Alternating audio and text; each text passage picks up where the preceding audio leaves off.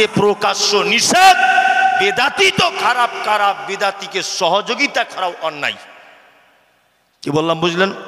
টাকা আপনার কোটি কোটি টাকা থাক, এতে আমার কোনো আপত্তি নেই, আপনি দান করুন, তবে বুঝে শুনে করুন।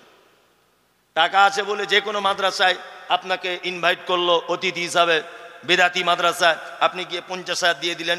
কিয়ামত পর্যন্ত যদি মাদ্রাসা থেকে বেদাত যদি তৈরি হয়, তাহলে কিয়ামত পর্যন্ত যদি মাদ্রাসা থাকে, ও বেদাত সারা জীবন যা করবে আপনার আমলনামাতে গোনা উঠবে। কারণ ও আপনার টাকা খেয়ে তবে বেদাত শিখেছে মাদ্রাসায়। কি বলছি বুঝতে পারছেন? খুব সাবধানে থাকবেন এই ব্যাপারগুলো। চলুন আর দুটো একটা শব্দ বলে দিব নাকি? আর বলবো না, 11টা 12টা পর্যন্ত তো হবে। আমি আর কিছু ভালো জিনিস শব্দ আপনাকে বলি। সব খারাপটা বললে লোকে বলবে ছোট বড় করে বলে যাচ্ছে। তাহলে মুনাফিক বলে দিলাম, মুশরিক বলে দিলাম, ফাসিক কি বলে দিলাম। এবার আপনাকে দুটো একটা ভালো দিক বা ভালো গুণ বলে দিই ইনশাআল্লাহুল আজিজ। যে গুণগুলো আমাদের ভিতরে থাকলে আমরা আল্লাহর জান্নাতে পৌঁছে যাব ইনশাআল্লাহ।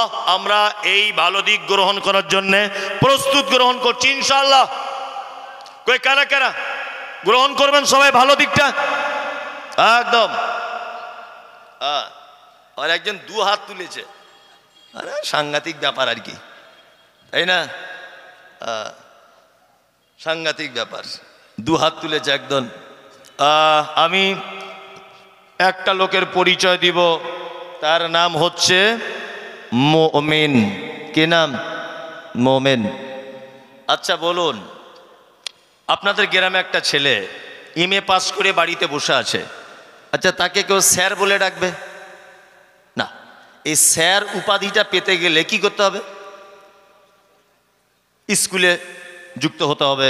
অন্তত স্কুলে না পারো তুমি টিউশনই পড়াও বাড়িতে, তাই না? এক কথায় ছাত্রর সঙ্গে শিক্ষকের একটা সম্পর্ক হতে হবে, মূল ব্যাপার হচ্ছে তাহলে তুমি হবে স্যার। তাছাড়া তোমার যত বড় ডিগ্রি থাক, মানুষ তোমাকে অন্যান্য কিছু বলে ডাকবে, কিন্তু তুমি স্যার উপাধি পাবে না। পাবে না। আল্লাহ সুবহানাহু ওয়া তাআলা, একটা মানুষ লা ইলাহা ইল্লাল্লাহ বলল, তার ঈমান চলে এলো, কিন্তু সে মুমিন হতে পারে না। মুমিন হতে গেলে আল্লাহ তাআলা বলছেন কয়েকটা গুণ লাগবে। ইনশাআল্লাহ আমরা একটা একটা করে বলবো কোরআনের আয়াত দিয়ে, আর মুমিন হওয়ার চেষ্টা করবে ইনশাআল্লাহ। যারা চলে যাবেন আস্তে আস্তে করে চলে যান। আর যদি বলছেন মৌলভী সাহেব যাইনি, পেচ্ছাপ করতে যাচ্ছি, পেচ্ছাপ পায়খানা বিড়ি খাওয়া এইগুলো প্রয়োজন হলে যাবেন, তাছাড়া এমনি কেউ যাবেন না, কারণ আপনাকে দেখে আর একজন পালাবে। অনেক লোক আছে অনেকক্ষণ বসে আছে, পেট টেট ফুলে যাচ্ছে না, বিড়ি টানতে পারছে না, এরকমও লোক আছে কিন্তু এখানে। ভাবছেন মনে হয় সবাই ফেরেশতা নাকি?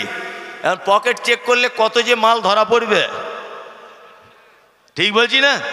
আবার কিছু লোক এরকমও করছে, চাদরের ভিতরে করছে না, করছে কি, জীবনেও জলসা শুনে কাজ হবে না, বুঝলেন? দুটো জিনিস ভালো মন্দ এক জায়গায় টিকে থাকতে পারে না। যে ব্রেনে খৈনিটা কেমন হচ্ছে এটা কাজ করছে, যে ঠিক রেডি হয়েছে কিনা, আবার সেই ব্রেনে যদি কোরআন ঢোকাতে চাই সম্ভব? দুটো ভালো মন্দ এক জায়গায় থাকবে না, কখনোই থাকতে পারে না। আমি মুমিনের গুণ বলছি। এক, ইন্নামাল মুমিনুনা আল্লাযীনা ইযা যুকিরাল্লাহু ওয়াজিলাত কুলুবুহুম ওয়া ইযা তুলিয়াত আলাইহিম আয়াতুহুম যাদাতুহুম ঈমানা ওয়া আলা রাব্বিহিম ইয়াতাওয়াক্কালুন আল্লাযীনা يقيمون الصلاة ومما رزقناهم ينفقون أولئك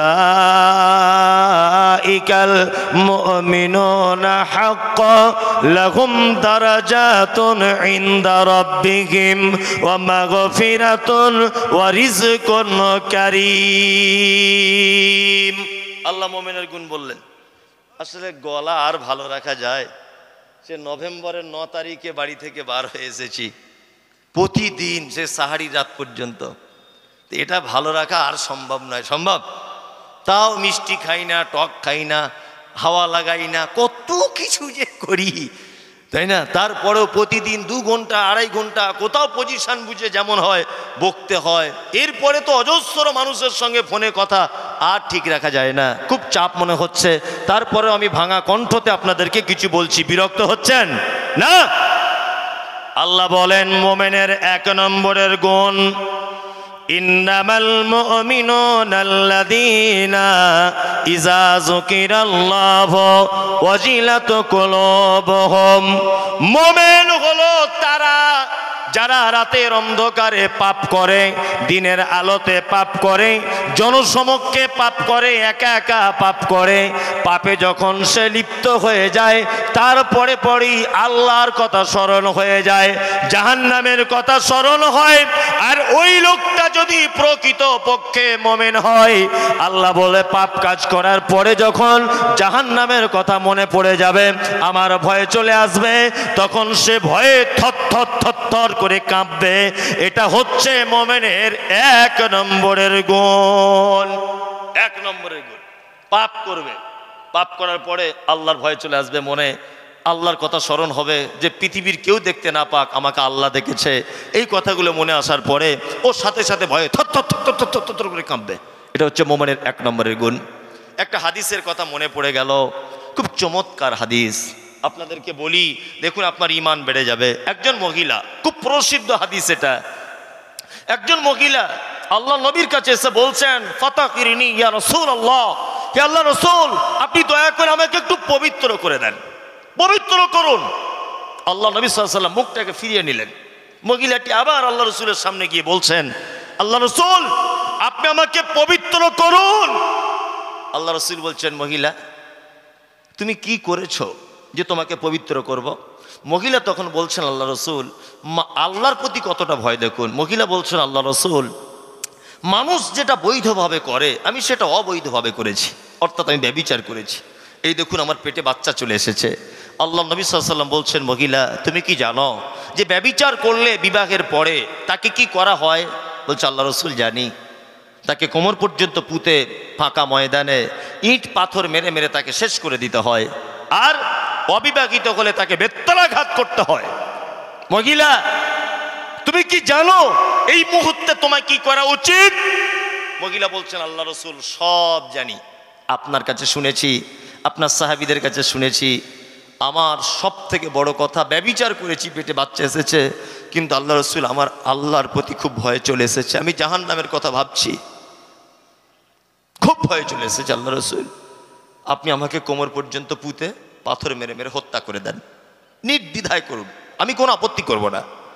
আল্লাহ নবী সাল্লাল্লাহু আলাইহি ওয়াসাল্লাম বলছেন, মহিলা তুমি পাপ করেছো, তোমার গর্ভে থাকা বাচ্চা তো কোনো পাপ করেনি, তুমি বাড়ি চলে যাও, বাড়ি গিয়ে তুমি তোমার বাচ্চা জন্ম দাও, পর্যাপ্ত পরিমাণে যতদিন পর্যন্ত দুধ পান করানোর প্রয়োজন ততদিন দুধ পান করাও, তোমার বাচ্চা যখন রুটি টুটি খেতে শিখবে তখন তুমি আবার আমার কাছে আসবে। কিছুদিন পর মহিলা তার বাচ্চার হাতে একটা রুটি নিয়ে আল্লাহ রসুলের দরবারে এসে বলছেন, আল্লাহ রসুল আপনি আমাকে চিনতে পারছেন? আমি সেই নারী যাকে আপনি ফেরত পাঠিয়ে দিয়েছিলেন। বিশ্বনবী বললেন যে তোমার বাচ্চা কি রুটি খেতে শিখেছে? বলছে, আল্লাহ রসুল হ্যাঁ খেতে শিখেছে রুটি, এই দেখুন। সাহাবীদেরকে আল্লাহ রসুল বললেন, বাচ্চাটাকে নাও। মহিলা বাচ্চা জমা দিলেন। সাহাবীদেরকে বলা হলো, ফাঁকা ময়দানে কোমর পর্যন্ত পাথর, মানে পাথরি জমিন খনন করো, গর্ত করা হলো। গর্ত করার পর মহিলাটি বাচ্চা ছেলেটাকে কোল থেকে নামিয়ে দিয়ে ওই গর্তের দিকে এগিয়ে যাচ্ছে, বারবার যাচ্ছে, গর্ততে গিয়ে পড়েছে, কোমর পর্যন্ত পুঁতে দেওয়া হলো, পাথর মারার কাজ শুরু হয়েছে, খুব পাথর মারা চলছে।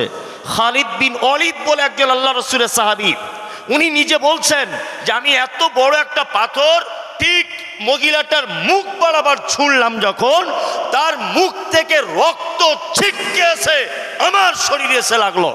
আমি মহিলাটিকে ভৎসনা করে বললাম, এই অপবিত্রা নারী, এই ব্যভিচারিণী নারী, তোমার অপবিত্র রক্ত আমি আল্লাহ নবীর সাহাবী আমার গায়ে এসে লাগলো। এই কথা শুনে বিশ্বনবী ঘর থেকে বার হয়ে বলছেন, কে কে কে গাল দিচ্ছ বলো, কে ভৎসনা করছো নারীটার জন্য বলো। খালিদ বিন ওয়ালিদ বলছেন, আল্লাহ রসুল আমি। আল্লাহ রসুল খালিদ বিন ওয়ালিদের সামনে দাঁড়িয়ে বলছেন, খালিদ তুমি কি জানো তার মনের অবস্থা? পৃথিবীর কোনো নারীর পক্ষে, কোনো পুরুষের পক্ষে এত কঠিন হওয়া কোনোদিন সহজ নয়।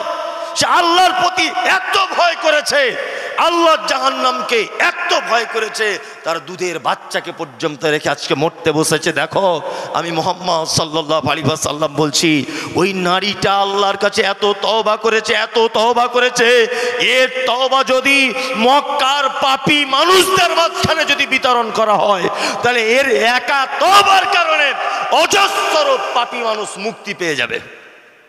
এত বড় তওবা। আল্লাহ তাআলা বলেছেন, মোমেন তো তারাই, কারা?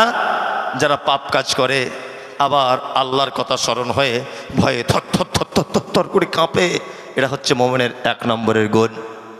দ্বিতীয় গুণ কি? আয়াতুহুম যাদাতুহুম ঈমানা ওয়া আলা রাব্বিহিম ইয়াতাওয়াক্কালুন। আল্লাহ বলে, মোমেন তারা যাদের সামনে আমার কোরআন তেলাওয়াত করা হয় আর আমার কোরআনের বাণী শুনে তাদের ঈমানটা বেড়ে যায়। এটা মোমেনের 2 নম্বরের গুণ। আল্লাহর কসম করে আপনাকে বলছি, কথা একেবারে সত্য। একটা গল্প আপনাকে বলি, শুনুন। আজ থেকে 2 মাস 15 দিন মতো হচ্ছে আগে আমি মক্কায় গিয়েছিলাম উমরার জন্যে। কোরআন যে পড়লে, তেলাওয়াত করলে ইমানদারের ঈমান বাড়ে, তার একটা প্রমাণ একদম নিজে চোখে দেখা। তা আমি এই কবার হলো হজে মানুষ নিয়ে যাচ্ছি ওমরা করানোর জন্য। যাই হোক, তা আমি গেলাম, 46 জন লোক গেল। ওই উত্তর দিনাজপুরের একটা লোক গেল, অশিক্ষিত লোক, লেখাপড়া জানে না, নাম সই করতেও পারে না। কি বললাম বুঝলেন? তা মানে ভেতো বাঙালি, খোট্টা ভাষা যেমন গ্রাম অঞ্চলের বলে, এই ভাষা ছাড়া ও কিচ্ছু বুঝে না। ও আমি যখন কাবাতে তওয়াফ করি, ও আমার পিছনে এরকম জ্যাকেট ধরে রাখে, গেঞ্জি। বলছে, আপনি ধরে রাখছেন কেন? বলছে, আমি তাছাড়া হারিয়ে যাব। ঠিক আছে, তাই করো, বয়স্ক মানুষ, আমার আব্বার থেকেও বয়স বেশি হবে। তা আমরা রাত 10টার সময়তে যেতাম তওয়াফ করতে, আর ফজরের পরে তওয়াফ করে একেবারে চলে আসতাম ফজরের সালাত আদায় করে। তা মক্কার কাবার যিনি সব থেকে মানে ভালো ইমাম বা 1 নম্বর ইমাম, ডক্টর কি বলে মনে হয়, আব্দুর রহমান আস-সুদাইস, তাই না? খুব ভালো মানুষ, আল্লাহু আকবার। আমি নিজে কাছে থেকে দেখেছি, 2, 4, 5 হাত ডিস্টেন্সে। মানে এখন আগে নামাজ পড়াতো অন্য জায়গাতে, আর এখন নামাজ পড়ায় অন্য এক সাইডে। তো ওখান থেকে কাছাকাছি দেখা যায় আর কি। যাই হোক, খুব কাছাকাছি, এখন নতুন সিস্টেম করেছে এটা। তা উনি তেলাওয়াত যখন করেন, আল্লাহু আকবার, আব্দুর রহমান আস-সুদাইসের তেলাওয়াত শুনে যত নিষ্ঠুর হৃদয়ের মানুষ হোক না কেন, তার চোখ দিয়ে পানি চলে আসে। আর উনি এমন করে তেলাওয়াত করেন, ফজরে আর এশাতে উনি নামাজ পড়ান। আল্লাহু আকবার। 5 লক্ষ টাকা খরচা করে আপনি যে হজ করতে যাবেন, ওর একবার তেলাওয়াত শুনলে আপনার টাকা শোধ। এমন কোনো ওয়াক্ত নেই যে উনি তেলাওয়াত করতে কাঁদেন না। জাহান্নামের আয়াত বলে, একদম মেয়েদের মতো, মানে এত জোরে কাঁদবে মানুষ। আর আল্লাহু আকবার, যত নিষ্ঠুর মানুষ হোক, পয়সা তো জীবনে অনেক জায়গায় খরচা করেছেন, দার্জিলিং গেছেন, গুজরাট, মুম্বাই ঘুরতে গেছেন, 1 লাখ টাকা খরচা করে একবার উমরাটা করে আসুন, হজ না করতে পারেন। যত নিষ্ঠুর হৃদয়ের মানুষ হোক, কাবা দেখছে, হাউ হাউ করে কাঁদছে। আল্লাহু আকবার। কি Ethiopia, Tanzania, German, Japan, France, কি বললাম বুঝলেন, কালো লোক, লম্বা লোক, বেঠে, সবাই কাঁদছে।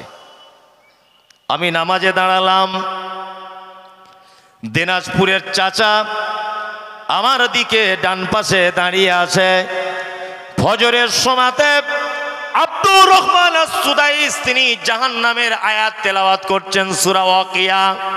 তেলাওয়াত করতে করতে মেয়েদের মতো করে ডুকরিয়ে ডুকরিয়ে তিনি কাঁদছেন। 10 সেকেন্ড, 20 সেকেন্ড, কখনো কখনো 30 সেকেন্ড পর্যন্ত হবে। কোরআন তেলাওয়াত বন্ধ হয়ে যাচ্ছে, উনি কাঁদতে ব্যস্ত। সবাই কাঁদছে, আমিও কাঁদছি। আমি আলেম মানুষ, একটু আধটু আরবি বুঝি বলে আমার চোখ দিয়ে পানি চলে আসতে আমি ডুকরে ডুকরে কাঁদছি।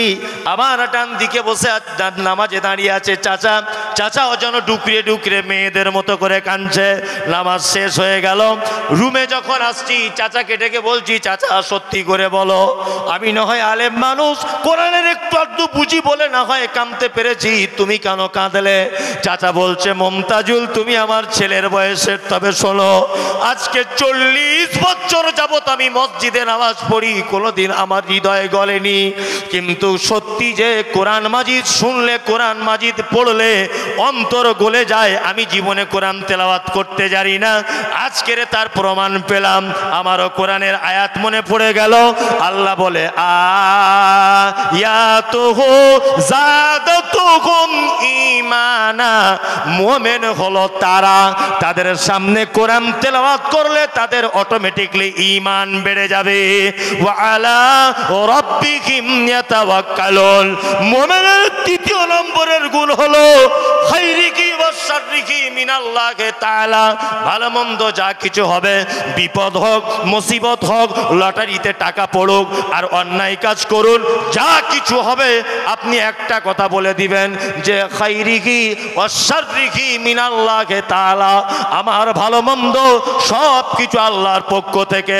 আমি ভরসা করি পৃথিবীর কোনো মানুষের উপরে নয়, আমি আল্লাহর উপরে ভরসা করি। ওমেনের তৃতীয় নম্বরের গুণ। দ্বিতীয় গুণ কি? আয়াত। আয়াত বলতে, আয়াতের বাংলা অর্থ নিদর্শন, তাই না? আয়াতের বাংলা অর্থ কি? নিদর্শন। তাফসীর ইবনে কাসিরের ভিতরে ব্যাখ্যা করা হয়েছে, আর তাফসীর হাসানুল বায়ানের ভিতরে ব্যাখ্যা করা হয়েছে। এখানে আয়াত বলতে মূলত দুটো জিনিসকেই বোঝানো হয়েছে। এক, কোরআন তেলাওয়াত, এটাকেও আয়াত বোঝানো হয়েছে, আর আরেকটা আয়াত বোঝানো হচ্ছে মানে আল্লাহ সুবহানাহু ওয়া তাআলার নিদর্শন। এই নিদর্শন দেখেও একজন মানুষের ঈমান বাড়ে, বাড়ে না? বাড়ে। তার প্রমাণ আপনাকে আমি দেখাই। দুনিয়াবি দুটো একটা কথা বলে। এক, আচ্ছা আপনারা যারা এখানে বসে আছেন, আপনাদের গ্রামের মায়েরা যে মুরগি বা হাঁসের বাচ্চা তোলে, তোলে না? তোলে। অনেক সময় দেখবেন, আমি আল্লাহর নিদর্শন দেখাচ্ছি, অনেক সময় দেখবেন যে মুরগির বাজুর তলাতেই মেয়েরা চালাকি করে হাঁস এবার মুরগির দুটোরই ডিম দিয়ে দেয় বাচ্চা তোলার জন্য, করে না? করে। ধরে নেন মুরগিরও বাচ্চা উঠলো, হাঁসেরও বাচ্চা ফুটলো, দুটো বাচ্চা মুরগির বাজুর তলা থেকে বার হচ্ছে প্রথম দিন। দ্বিতীয় দিন দেখবেন আস্তে আস্তে করে হাঁসের বাচ্চাগুলো ঠিক কোথায় পুকুর আছে, পুকুরে নেমে যাচ্ছে। আচ্ছা দেখেছেন কোনো দিন যে একই বাজুর তলাতে দুজনা বার হয়েছে, হাঁসের বাচ্চা যাচ্ছে বলে পুকুরে, মুরগির বাচ্চাগুলোও গিয়ে সাঁতার কাটছে? দেখেছেন? আচ্ছা কোনোদিন কোনো হাঁসের বাচ্চা তার মাকে বলে, মা একটু সুইমিং পুলে প্রথম ভর্তি করে দাও, সাঁতার কাটাটা শিখি, তারপরে জুত করে পুকুরে গিয়ে সাঁতার কাটবো? এরকম কোনো ব্যাপার আছে? না। কেন বলুন তো? আল্লাহ বলছে আয়াত, এটা হচ্ছে আমার নিদর্শনাবলী। ওকে কে বলে দিল হাঁসের বাচ্চাকে যে সাঁতার কাটার সময় পাগুলো এরকম এরকম করতে হয়, তারপরে তুই যখন পুকুরতে গুটবি ডানাগুলো এইরকম করে লাফ মারবি? কে বলে দিল? কে? আল্লাহ, তাই না? আমরা সত্যি কোরআন না জানলে যে কিছুই জানা যায় না, তার একটা বাস্তবতাও আছে এর ভিতরে। কৃষক ভাই যারা আছেন, চাষবাস করেন মাঠে, বা মাঠে যাদের জমি নেই, শ্রমিকের কাজ করেন, লেবারের কাজ করেন, আপনারা দেখেছেন ঠিক যখন মানে সূর্য আস্তে আস্তে আস্তে যখন মানে ডুবে যায় আর কি, ঠিক এই মুহূর্তে দেখবেন মাঠে এক শ্রেণীর পাখি, তারা দেখবেন ডানা মেলতে মেলতে এরকম করতে করতে সারিবদ্ধভাবে যায়, যায় না? দেখবেন তাদের একটা দৃশ্য আপনাকে দেখাই, এইরকম করে 4-5 বার ডানা মেলে দেখবেন একবার এরকম করে দিচ্ছে ডানাটা, দিয়ে 2-3 মিনিট একভাবে চলছে, দুলছে, হেলছে। আছে না অনেক পাখি? আছে। আল্লাহ সুবহানাহু ওয়া তাআলা এই পাখিটার কথা কোরআন মাজিদে নোট করে দিয়েছেন। কোরআন মাজিদে নোট করেছেন যে পাখিটা 3-4 বার ডানা এরকম করে আবার স্থির করে দেয়। আল্লাহ বলছেন আওয়ালাম ইয়ারাউ ইলা তাইরি ফাওকাহুম সাফাতিন ওয়া ইয়াকবিজ মা ইউমসিকুহুন্না ইল্লার রহমান ইন্নাহু বিকুল্লি শাইইন বাসীর। সূরা মুলকের ভিতরে আয়াত আছে। আল্লাহ তাআলা বলছেন যে তোমরা কি পক্ষীকুলের দিকে তাকিয়ে দেখো না, তারা যখন ডানা ঝাপটাতে ঝাপটাতে স্থির করে দেয়, পৃথিবীর কে আছে মহাশূন্যতে তাকে এইভাবে ভাসমান অবস্থায় রাখবে? আল্লাহ বলছে ইল্লার রহমান, শুধু আমি দয়ালু, আমার পক্ষে এটা সম্ভব, পৃথিবীর কারো পক্ষে এটা সম্ভব নয়। সম্ভব নয়। আল্লাহ বলছে আয়াত, এগুলো আমার নিদর্শনা বলি, তোমরা এগুলো দেখবে আর একজন ইমানদার তার ইমান বেড়ে যাবে, তাই না? সুন্দরবনে বেড়াতে গেলাম, এগুলো না বললে সাধারণ মানুষকে বোঝানো যাবে না। অনেক সময় বলে যে বক্তারা হাদিস কোরআন যা বলে তার থেকে বেশি এমনি কথা বলে। আরে এমনি কথা না বললে, আমি যদি এখন মাইকেল মধুসূদন দত্তর এখানে কথা বলি, তা একটা লোক এক কলম লেখাপড়া জানে না, তা ও মাইকেল মধুসূদন কে ও জানে? ওর কোনো কাজ হবে? আমি যদি শুধু এখন হাদিস বলি আর অনুবাদ করে করে যাই, ও হাদিসের কিছু বুঝে? তা ওর কোনো কাজ হবে? তার মানে যাতে ও বুঝতে পারে সেই রকম কিছু কথাবার্তা দিয়ে ওকে বোঝানো উচিত, এটা আমি মনে করি। সুন্দরবন বেড়াতে গেলাম, সুন্দরবনে 3 দিন থাকলাম লঞ্চের উপরে। আমরা একটা টিম গিয়েছিলাম, আমার বাড়ি থেকে যদিও কাছে, তা ঘুরলাম। অজস্র গাছ, যারা গেছেন তারা জানেন, গাছে ভর্তি। সুন্দরবন মানি হচ্ছে নদী আর গাছ, আর কিছু নেই। পাখিদের কিচিরমিচির, আর ওই বানর দেখতে পাবেন, বাঘ ওটা নসিবে থাকলে দেখা যায়, সচরাচর হরিণ দেখা যায়, প্রায় দেখা যায়, পানি টানি পান করতে আসছে দেখা যায়। যাই হোক, তার 3 দিন যাবত লঞ্চের উপরে থাকলাম, অনেক কিছু দেখলাম। সুন্দরবনে একটাও কুলের গাছ দেখতে পেলাম না, আমের গাছ দেখলাম না, খাজুরের গাছ নেই, লেবুর গাছ নেই, সবেদার গাছ নেই, বেদানার গাছ নেই, নারকেলের গাছ একটাও নেই। তা আমরা সব আলেমরা মিলে গিয়েছিলাম। তা বেশিরভাগ সলাতে আমি ইমামতি করতাম লঞ্চের উপরেই। তা ইমামতি করতে করতে সালাম ফিরানোর পর বসে আছি, বসে বসে ভাবছি যে সত্যিই তো আজকে 3 দিন যাবত আমি সুন্দরবনে ঘুরতে এলাম, একটা তো ফলের গাছ থাকা উচিত, একটাও নেই। সঙ্গে সঙ্গে আমি ভাবতে শুরু করে দিলাম, সত্যি আল্লাহ তুমি, এর জন্য তোমার নাম রব, তোমার নাম রব। তুমি এখানে কেন তুমি মানে আমের গাছ দিতে যাবে কেন? কোন আমের আচার করতে হয় এটা তো হনুমান, বানর, বাঘ এরা তো কেউ বুঝে না, বুঝে? আচারে কি কি মশলা লাগে ওরা বুঝে? আম কি করে কার্বাইড দিয়ে পাকিয়ে চুষে খেতে হয় এটা ওরা জানে? জানে না। তার মানে আম যে একটা সুন্দর প্রয়োজনীয় মিষ্টি ফল, এই ফলের কদর হনুমান করতে পারবে না, বানর পারবে না। এই জন্য এখানে তুমি এসব ফলের গাছ টাছ দাওনি, আমের গাছ তুমি দিয়েছো শ্যামনগরে। হিমসাগর আম গাছ থেকে পেড়েই বলবে খেয়ে আলহামদুলিল্লাহ। কোন আমের আচার করতে হয়, কোন গাছ কোন মাসে লাগাতে হয়, এটা মানুষ জানে, হনুমান, বাঁদর, হরিণ এরা কেউ জানে না। এই জন্য তুমি আগাছা বিভিন্ন গাছ দিয়ে সুন্দরবনকে তুমি সাজিয়েছো, একটাও ফলের গাছ নেই। এগুলো অবাক লাগে, অবাক লাগে না? আল্লাহ বলে আয়াতুহুম যাদাতুহুম ঈমানা ওয়া আলা রাব্বিহিম ইয়াতাওয়াক্কালুন। মুমিনের গুণ দ্বিতীয় নম্বরে, তার সামনে যখন আমার আয়াত নিদর্শনাবলী বলা হয় তার ঈমান বেড়ে যায়। তার দ্বিতীয় গুণ হলো তার সমস্ত ব্যাপারে আমার উপরে ভরসা থাকবে। আল্লাহ মুমিনের 4 নম্বরের গুণ বলে আল্লাযীনা ইউকিমুনাস সালাতা ওয়া মিম্মা রাযাকনাহুম ইউনফিকুন। আর মুমিন হলো সে যে 4 নম্বরে সালাত আদায় করে, নামাজ পড়ে। যারা বসে আছেন নামাজ পড়ছেন 5 ওয়াক্ত কারা? তাহলে চোর ধরা পড়বে।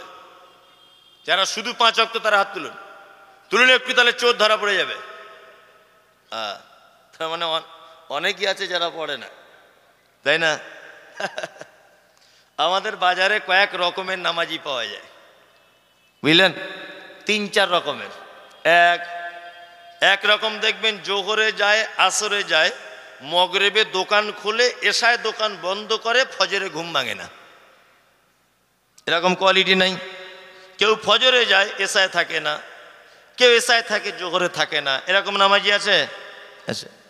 আর একটা কোয়ালিটি হচ্ছে শুধু জুম্মায় যায়, তাই না?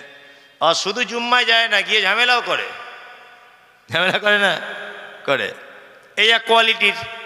আর একটা কোয়ালিটির আপনি দেখতে পাবেন যে এরা দুই ঈদে যায়, ঈদুল ফিতর, ঈদুল আজহা, এই বছরে দুবার। আর একটা আছে তারা 5 ওয়াক্তই পড়ে, কিন্তু কিছু না জেনে না বুঝে পড়ে। যদি বলছেন এটা কেমন, দেখায় আপনাকে। তাহলে একটা লোককে জিজ্ঞাসা করছি, চাচা তুমি কতদিন নামাজ পড়ছো, কতদিন? তা বলছে 30 বছর হবে বাপ, বয়স্ক লোক। আর চাচা দুয়ায় কুনুতটা জানো? অতটা জানি না, কি করে মুখস্থ করি বাপ, এত বড় দোয়া মুখস্থ হয়? বাহ। আচ্ছা এই রুকু থেকে উঠে কি দোয়া বলে? বলছে বাপ ওটাও জানি না, তবে নামাজ কিন্তু পড়ি আমি ঠিক। ভালো করে বুঝবেন, যে লোকটা রুকুর উঠে দোয়া জানে না, যে লোকটা মানে দোয়ায় সানা জানে না, দোয়ায় তাশাহুদ জানে না, যে লোকটা দরুদ জানে না, যে দোয়ায় কুনুত জানে না, ভালো করে বুঝবেন। কানে কম শোনে বলছে, চোখে কম দেখে, ওকে 2 টাকা কম দিয়ে দেখবেন তো কোনো দোকানদার, ঠিক বুঝতে পেরে যাবে। মানে সব কাজে শিয়ানাগিরি, মসজিদে গিয়ে বোকা, তাই না? কি করে পরের জমির আলি কেটতে হয় এ জ্ঞান আর ভালোই আছে, কোনো অসুবিধা নেই, কিন্তু ও মসজিদে দুয়াপত্র জানে না। কিন্তু এই লোকটাকেও আবার দেখবেন বেতরে নামাজে সামি আল্লাহু লিমান হামিদা, ইমাম সাহেব বা নিজে নিজে 2টো পদ্ধতি বেতরের, হাত বেঁধেও দোয়া করার হাদিস সহি, হাত মানে তুলেও দোয়া করা সহি, দুটোই সহি হাদিস, যে যেটা আমল করবে। যাই হোক, তা ও হাত তুলেই দোয়া করছে, দেখবেন ও কিন্তু বলছে আমি দোয়া জানি না, স্বীকার করেছে। তা যে লোকটা দোয়া জানে না সে ঠোঁট নাড়ে কি বলে? তার মানে চিটার। কি বলছি বুঝতে পারছে না? ও দেখবেন আপনাদের মসজিদে কালকে সকালে খোঁজ করুন, একটা লোক 10 বছর নামাজ পড়ে কিন্তু কোনো দোয়া জানে না, কিন্তু প্রত্যেক জায়গাতে ঠোঁট নাড়েও। কি বললাম বুঝলেন? মানে দুনিয়ার মানুষের সঙ্গে 2 নম্বরই করে ধোকা দিয়ে 50 বছর বয়সে পা দিল, আর 50 বছর বয়সে এবার আল্লাহর মসজিদে গিয়ে আল্লাহকে পর্যন্ত ঠোঁট লাড়িয়ে ডুপ্লিকেট করছে। কথা বাস্তব না অবাস্তব বলুন? ওর বাড়িতে সব আছে, শীতকালে ফেয়ার নাবলি না কি বলে, সব বরলিন না প্লাস প্লাস কি বলে আমি ওসব জানি না, এ বরলিন না কি বলে, ও শীতকাল আসলে ওটা কিনতে হয়, ওর জ্ঞান আছে। শীতকাল এলে মোজা ব্যবহার করতে হয়, বড় ছেলেকে বলে দিচ্ছে এই একজোড়া মোজা এনে দিস, এটাও টনটনে জ্ঞান আছে। কিন্তু শ্যামনগর জলসা শুনতে গিয়ে একটা ভালো সহি দুয়ার বই কিনে এনে নামাজের দুয়াগুলো পড়ে পড়ে বানান করে করে হলেও মুখস্থ করব, এই জ্ঞান ওর নেই, তাই না? আবার যদি কেউ ওই চাচাকে বলে দিতে চায়, চাচা হাত তুমি যে এই রকম করে বাঁধছো এটা ঠিক না, এইভাবে বাঁধো, আবার চাচা রেগে গিয়ে বলে তুই তোরটা কর আমি আমারটা করি, ভুলটা ধরিয়ে দিলে ও রাগ। এরকম মুসল্লি আছে না? ও সেজদায় যখন যাচ্ছে পা ফাঁক করে রাখছে, কিন্তু হাদিস অনুযায়ী পা দুটো এইভাবে রাখতে হবে, তাই না? ওকে আপনি বলে দেন যে পা দুটো এইভাবে রাখুন, তোর কবরে তুই যাবি, আমার কবরে আমি যাবো, বেশি ফটর ফটর করিস না।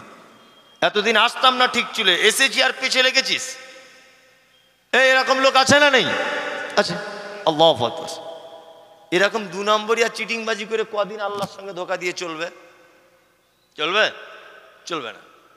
বিনীত অনুরোধ, যদি পড়াশুনো না জানেন, আগেকার মানুষ আপনি স্কুলে যাননি, অন্তত পক্ষে আপনাদের মাদ্রাসার শিক্ষকের কাছে বা মসজিদের ইমামের কাছে বসে 2টো দোয়া শিখুন না, বসে 2টো দোয়া শিখুন, বুঝলেন না?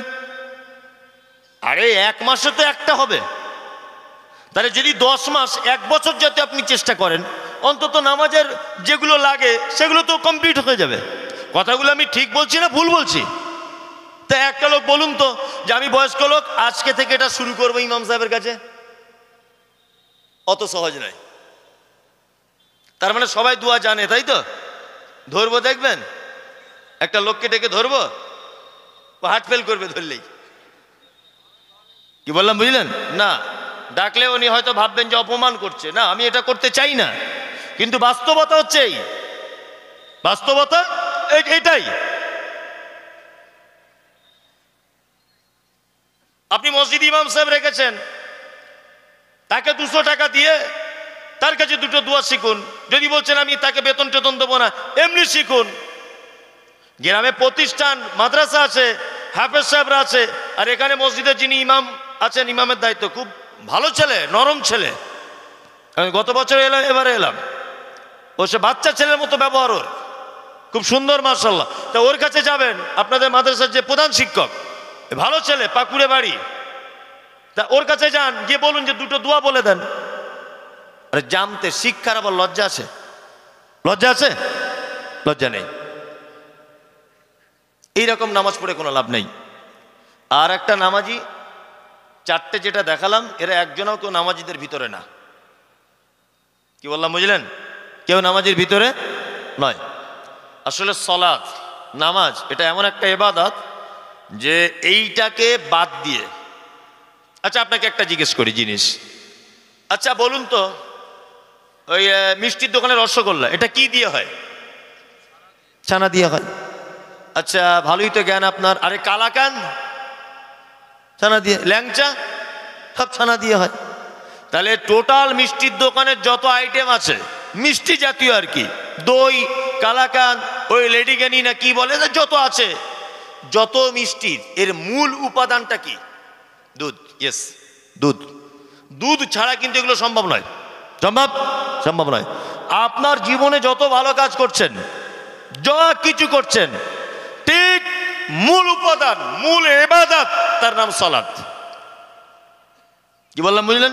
সালাত ছাড়া অন্য কোন ইবাদত টিকে থাকতে পারে না, একদমই নয়। আর আল্লাহ সুবহানাহু ওয়া তাআলা পবিত্র আল কোরআনে বলছেন, মা সালাকাকুম ফি সাকার ক্বালু লাম নাকু মিনাল মুসাল্লিন। একটা সাকার নামক জাহান্নামীকে জিজ্ঞাসা করা হবে, এই তুমি কেন সাকার নামক জাহান্নামে এসেছো? ও তখন বলবে, ক্বালু লাম নাকু মিনাল মুসাল্লিন। আল্লাহ, সব কাজ করেছি, আমি শুধু নামাজ পড়িনি তাই। তার মানে বেনামাজি থাকা জায়গা কোথায়? জাহান্নাম। এটা বলতেও আমার খারাপ লাগছে যে মুখে এটা উচ্চারণ করব, এটা আমার কাছে খুব মানে লজ্জিত মনে করছে আমি নিজেকে, যে একটা লোক নামাজ পড়ে না, আমি এত বড় সার্টিফিকেট দেবো যে লোকটা জাহান্নামে যাবে, কিন্তু আমাকে যে বলতেই হবে আল্লাহ বলছে তাই। অনেক মানুষ আছে বলছে, মৌলী সাহেব নামাই না পড়তে পারি, তবে আমি আর 5 জনের মতো ঝেড়ে খাই না, চিটিং বাজ নাই, আমার ইমান চাঙ্গা, বুঝলে না, আমার ইমান চাঙ্গা। আমার ছেলে আমাকে বলে মাঝে সাঝে, আব্বু আমি মিলিটারি চাকরি করব।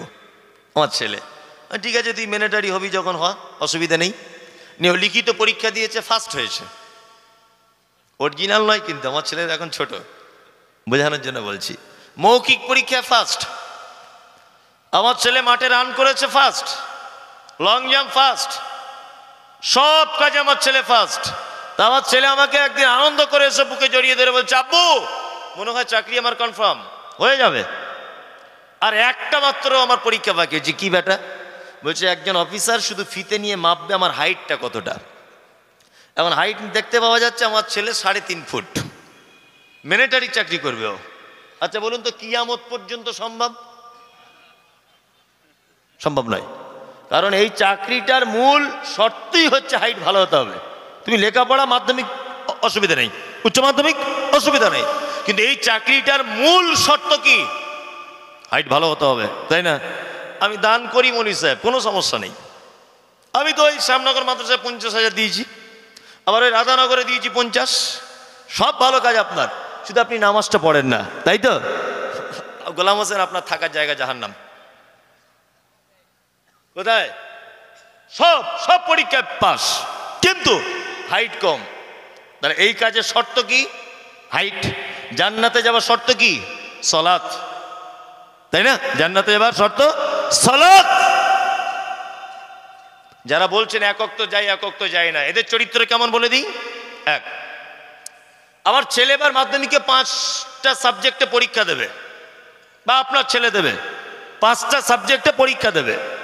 তা আপনার ছেলে 4টেতে 100 100 100 পেয়েছে, আর একটাতে 0 0 0। যারা শিক্ষিত মানুষ বা স্কুলের সঙ্গে যুক্ত আছেন আপনারা জানেন, বিবেচনা করে বুদ্ধি কাটিয়ে বলুন, 4টেতে 100 100, একটাতে 0 0, রেজাল্ট যেদিন বার হবে আমার ছেলে পাস না ফেল? ফেল। ফেল মানে জোহরে গেছে 100 100 নাম্বার পেয়েছে, অসুবিধা নেই, ফজরে ঘুম ভাঙিনি তাই পড়েইনি, ফেল। 0। কি বলছি বুঝতে পারছেন?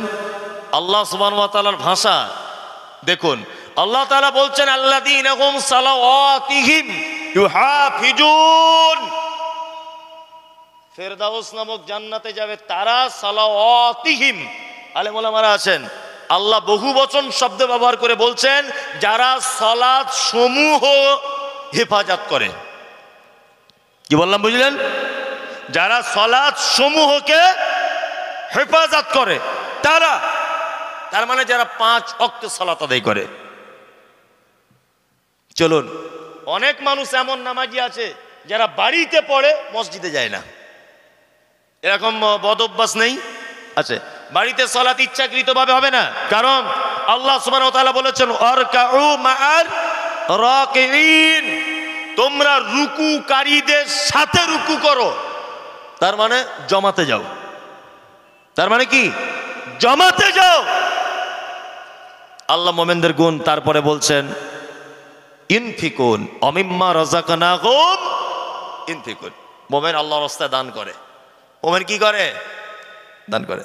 যদি বলছেন মৌলী সাহেব আপনারা পারেন বেশ ভালো, ঠিক ঘুরে ঘুরে জায়গায় এসেছেন দানের ব্যাপারে, আমি কারোর কাছে টাকা চাইবো না, তবে বিনীত অনুরোধ আপনি আমাকে 10টা মিনিট টাইম দেন, আপনাকে একটা গুরুত্বপূর্ণ ঘটনা আমি আপনাকে শোনাবো হাদিস থেকে। কি বললাম বুঝলেন? এইটা শুনে আপনি বাড়ি যাবেন, যেখানে পারবেন যান, আমার কোনো আপত্তি নেই। আল্লাহ নবী সাল্লাল্লাহু আলাইহি ওয়াসাল্লাম পৃথিবী থেকে চলে যেদিন গিয়েছিলেন সেই দিনটির নাম কি? কি বার ছিল সেদিন? সোমবার। সোমবার। জীবনে অনেক কিছু শুনেছেন, আর এইটা আজকে শুনুন। এইটা আমি বলছি, বাংলাদেশের প্রখ্যাত আলেম ডক্টর আসাদুল্লাহ আল গালিব একটা বই লিখেছেন সিরাতুর রাসূল।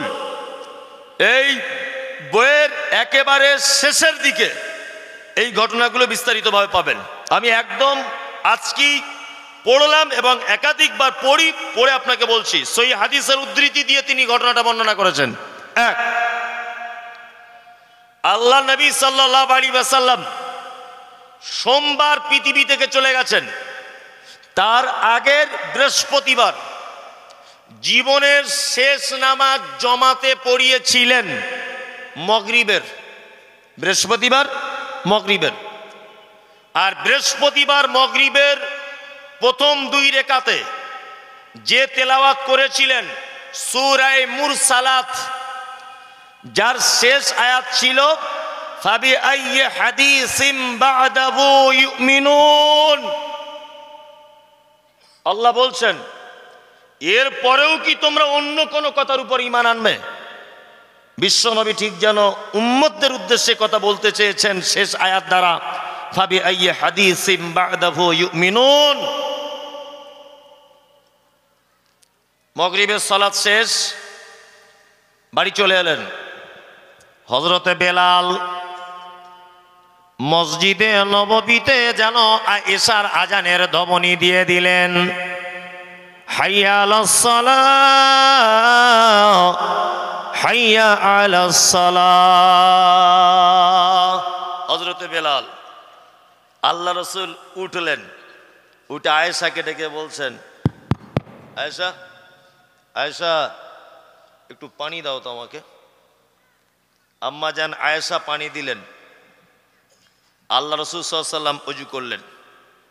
ওযু করার পর অজ্ঞান হয়ে গেলেন, বেহুশ হয়ে গেলেন। একটু পরে আবার হুঁশ ফিরে এলো। আল্লাহ নবী সাল্লাল্লাহু আলাইহি ওয়াসাল্লাম আবার আয়েশাকে বলছেন, আয়েশা একটু পানি দাও তো। আয়েশা আবার পানি দিলেন। আল্লাহ রাসূল ওযু কমপ্লিট করলেন, তারপর আবার অজ্ঞান হয়ে গেলেন। আসাদুল্লাহ আল গালিব সাহেব যেভাবে বইয়ের ভিতরে ঘটনাটা বর্ণনা করেছেন, আমি সেইভাবে বর্ণনা করছি, একটা অক্ষর এদিক ওদিক করবো না। আমি মানুষ, তারপরে গণ্ডগোল হয়ে যেতে পারে। তৃতীয়বার আবার অজু করলেন। অজু করে ঠিক বেহুশ হয়ে যাবার আগে আল্লাহ নবী সাল্লাল্লাহু আলাইহি ওয়াসাল্লাম আয়েশাকে বলছেন, আয়েশা ইশারাতে তোমার আব্বাকে বলো ইমামতি করতে। তোমার আব্বাকে বলো, আমার আর যাওয়া হলো না। আম্মা জান আয়েশা আব্বা আবু বক্করকে বললেন, আপনি ইমামতি করতে যান, আল্লাহ রাসূল অর্ডার করেছেন। হযরত আবু বকর ইমামতি করতে যাচ্ছেন, চোখ দিয়ে পানি পড়ছে ঝরঝর করে, যে আল্লাহ রসুল বেঁচে আছেন আর এখন আমি ইমামতি করতে যাব, এটা উচিত নয়। পৃথিবীতে একজন ভাগ্যবান পুরুষ মানুষ আল্লাহর নবী বেঁচে থাকা অবস্থায় 17 ওয়াক্তের, 17 রেকাতের নয়, 17 ওয়াক্তের ইমামতি করেছেন আবু বকর সিদ্দিক রাদিয়াল্লাহু তাআলা আনহু। এটা কিন্তু ভালো একটা ইম্পর্টেন্ট ব্যাপার, জেনে রাখুন আপনি। নাম্বার 2, হযরত আবু বকর ইমামতি করছেন, আম্মা জান আয়েশা একটা আপত্তি জানালেন আল্লাহ রসুলকে। এটা আপনারা জানেন যে আল্লাহ রসুল পৃথিবী থেকে চলে যাওয়ার আগে আয়েশার হুজরাতে অন্যান্য বিবিদের মতামত নিয়ে শেষ দিনগুলো আয়েশার হুজরাতে ছিলেন। আয়েশা রাদিয়াল্লাহু তাআলা আনহা তিনি ভাবছেন যে আমার হুজরাতে আল্লাহ রসুল আছে আর আমার আব্বা যদি ইমামতি করে তাহলে অন্যান্য বিবিরা ভাববে আয়েশা মনে হয় নিজের বাপ বলে আগে আগে ইমামতি করতে দিচ্ছে, অন্যান্য বিবিরা রাগ করতে পারে। আল্লাহ নবীকে যখন এই অভিযোগ করলেন আয়েশা, তখন আল্লাহ রসুল একটু উচ্চ কণ্ঠে বলছেন, আয়েশা আরে আমি বলছি আবু বকর ইমামতি করবে, তুমি কেন অন্যজনের নাম বলছো? এই জায়গাতে একটু ইঙ্গিত পাওয়া গেল যে আল্লাহ রসুল মারা যাওয়ার পরে আবু বকর খলিফা হবেন। এই ব্যবহারটাতে আম্মা জান আয়েশা একটু ইঙ্গিত পেলেন যে আবু বকরের উপর আল্লাহ রসুলের এত ভালোবাসা কেন। আল্লাহু আকবার। কেন ভালোবাসা? মাঝখানে একটা ছোট্ট কথা বলে দিই। আল্লাহ রসুল মসজিদের ভিতরে বসে আছেন আর সাহাবীদেরকে বলছেন, তোমাদের ইমান আর আবু বকরের ইমান দেখবে। তবে যে আল্লাহ রসুল কেমন বলছে, ওই দেখো ওই দেখো ওই দেখো, দেখতে পাচ্ছ একজন আরোহী তার জানোয়ারের পিঠের উপরে চেপে যাচ্ছে কথা বলতে বলতে। আচ্ছা বলুন, একটা গরুর মালিক সে যদি তার গরুর পিঠের উপরে বসে গরুর সঙ্গে কথা বলতে বলতে যাচ্ছে, এটা যদি আমি বলি কেউ বিশ্বাস করবে? গরু কথা বলতে পারে? তখন সাহাবীরা বলছেন, আল্লাহ রাসূল আপনি কেমন কথা বলছেন, গরু কোনোদিন তার মালিকের সঙ্গে কথা বলতে পারে? তখন আল্লাহ রাসূল বলছেন, এটাই তোমাদের ইমান আর আবু বকরের ইমানের ডিফারেন্স। এই কথাটাই যদি আমি আবু বকরকে বলতাম তাহলে আবু বকরের উত্তর এটা হতো, অবশ্যই আপনি যখন বলেছেন অসম্ভবের কিছু নেই। এটা হচ্ছে আবু বকরের ইমান। শুক্রবার চলে গেল, আল্লাহ রসুল মসজিদে যেতে পারেননি। শনিবারের দিন আল্লাহ রসুল একটু সুস্থতা অনুভব করলেন। জোহরের আজানের আগে আল্লাহ রসুল আয়েশা রাদিয়াল্লাহু তাআলা আনহাকে বলছেন, আয়েশা দুজন সাহাবীকে বলো তো আসতে। তা আম্মা জান আয়েশা বলছেন, আমি পর্দার আড়াল থেকে দুজন সাহাবীকে বললাম আপনারা দুজন আসুন। আল্লাহ রসুল দুজন সাহাবীর কাঁধে ভর দিলেন।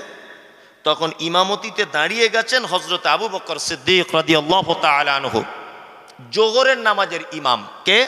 আবু বকর। আল্লাহ রসুল মসজিদে ঢোকা এই ব্যাপারটা আবু বকর বুঝতে পেরে গেলেন যে আল্লাহ রসুল এবার